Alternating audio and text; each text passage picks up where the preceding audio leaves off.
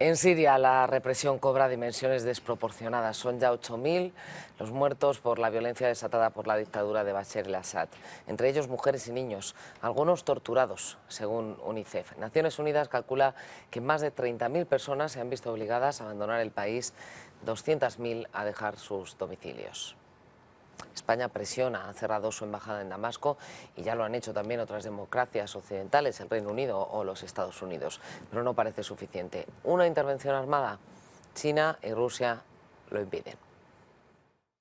Esto sería exactamente igual que lo que pasó en Irak con Saddam Hussein, que estaba gaseando a su pueblo, había masacrado a los iraníes, etc. Se produjo una intervención militar sin el paraguas de Naciones Unidas y la opinión pública, especialmente la española, se volvió en contra.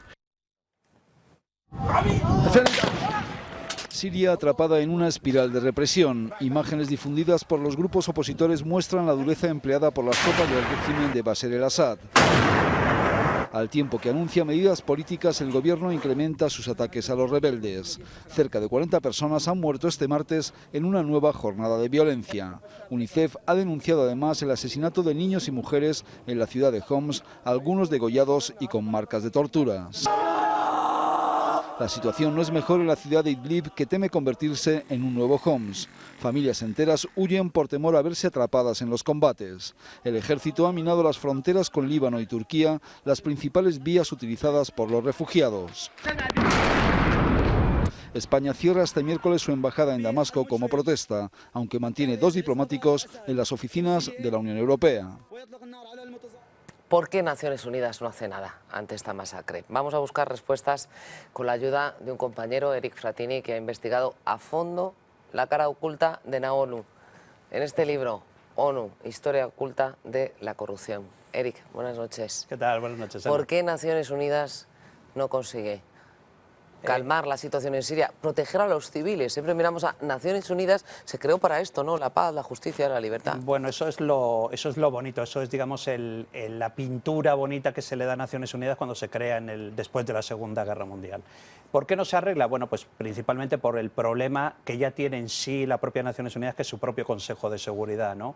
El Consejo de Seguridad, tú sabes que están los 5 miembros permanentes, que curiosamente son los 5 principales vendedores de armas de todo el mundo, que en este momento, con respecto a Siria, hay 2 países que son Rusia y China, aliados históricos no solamente de Assad hijo, sino de Assad padre, que son los que han presentado la imposición de veto, que es un derecho que les da el Consejo de Seguridad como miembros permanentes, por lo cual crea una inactividad de cara a poder evitar las matanzas que está llevando a cabo el señor Assad en Siria.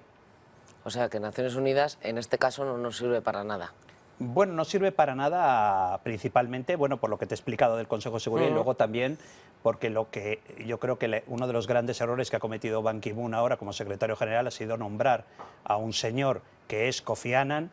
Es un señor que no tiene peso político en el extranjero. Hace poco lo hemos visto aquí en el País Vasco, haciendo el paripé en el País Vasco cuando se le ha pagado para que viniese aquí. Se le nombra negociador para Siria. Se le mandan con 3 conceptos muy claros con respecto a Siria. 1, un alto al fuego absoluto.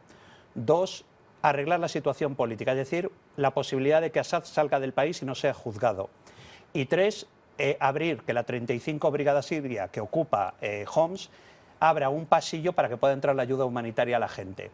Mientras él sale de la reunión diciendo que es muy optimista, algo que curiosamente se ha sorprendido hasta la propia secretaria Clinton, bueno, él dice que es muy optimista con respecto a la situación siria, pero bueno, históricamente los que hemos estudiado la carrera del señor Kofi Annan, sabemos que él fue uno de los responsables de la masacre de Ruanda cuando él era jefe de operaciones de paz de la ONU.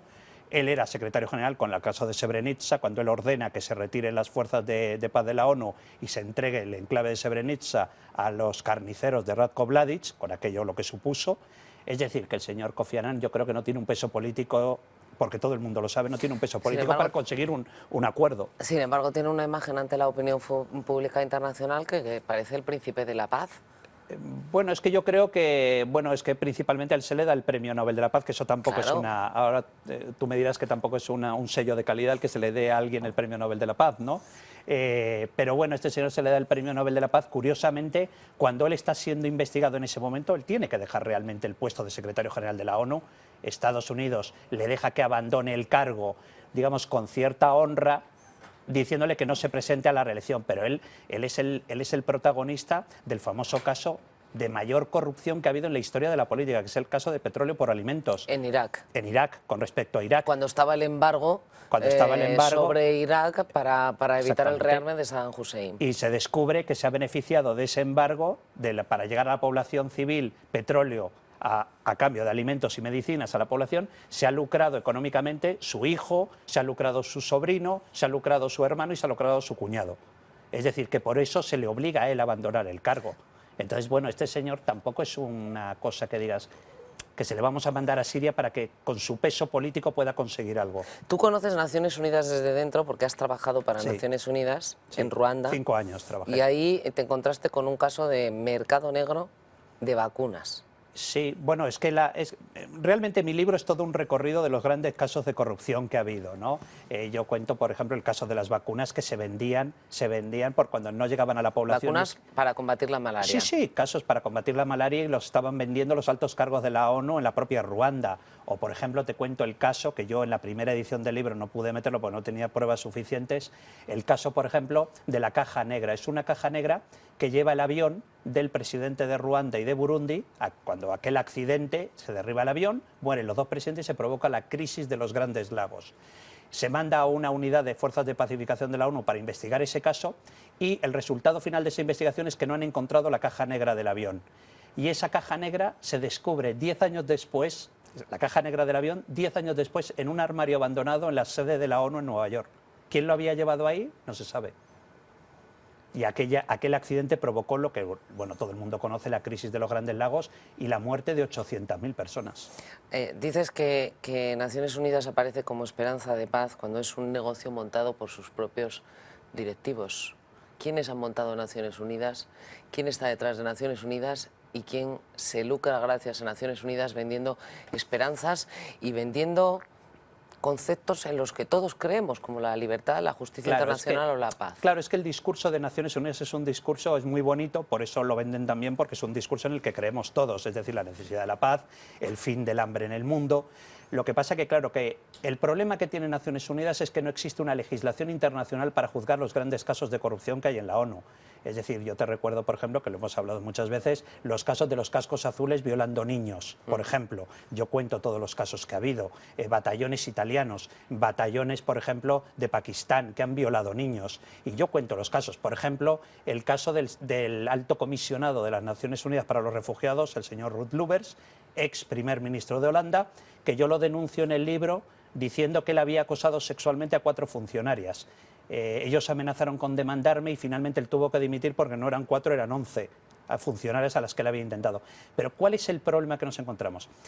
Claro, si yo cometo un delito de este tipo en mi país, en España, hay un código penal que me lleva a juicio y me demandan. Y me llevan a juicio y yo puedo ser condenado. El problema de Naciones Unidas es que cuando tú cometes esos delitos dentro de Naciones Unidas, lo que hace Naciones Unidas pasa una recomendación a tu gobierno, es decir, en mi caso, si soy español, al gobierno español, diciéndole, este señor ha cometido un delito bajo Naciones Unidas o ha violado a un niño o ha robado dinero de fondos de Naciones Unidas, júzguenlo. Pero claro, no existe una legislación como tal para que yo pueda ser juzgado. Lo más normal es que yo siga en libertad. Y ese es el problema que tiene Naciones Unidas. Así que, ¿cómo vamos a esperar una resolución en Siria? Si acaso porque la tome la OTAN, ¿no? Bueno, como en el caso de Libia, yo tuve una conversación con la embajadora Rice, que es la embajadora estadounidense ante Naciones Unidas, que le pregunté por qué Libia sí y Siria no, por qué, y ella me respondió, a través del Twitter, me respondió, muy sencillo, porque hay un veto de China y Rusia. Y legalmente no se puede tomar una acción para evitar la muerte de civiles en Siria, principalmente porque hay un veto de Rusia y China. Eso respecto a Naciones Unidas, ¿eso quiere decir que no va a solucionarse la situación en Siria? ¿Que el dictador sirio seguirá matando civiles hasta que los civiles desaparezcan, los rebeldes? Yo te lo respondería mucho más sencillo, hasta que Rusia y China no digan basta y presenten un nuevo veto, una nueva resolución, porque Estados Unidos en este momento, tú sabes que están en proceso. O sea que unilateralmente la OTAN o Estados Unidos, que es la OTAN al fin y al cabo, no va a hacer nada. Claro, es que el comandante en jefe de la OTAN es un general de 4 estrellas estadounidense, que es quien tiene que tomar la decisión, y no la van a tomar porque están en proceso electoral, y ahora Obama, otro premio Nobel de la Paz, yo creo que tampoco le va a interesar meterse en una guerra con Siria. Pues nada, que sigan complicado sufriendo los sirios. Complicado. Gracias, Eric. Muchísimas gracias. Buenas noches.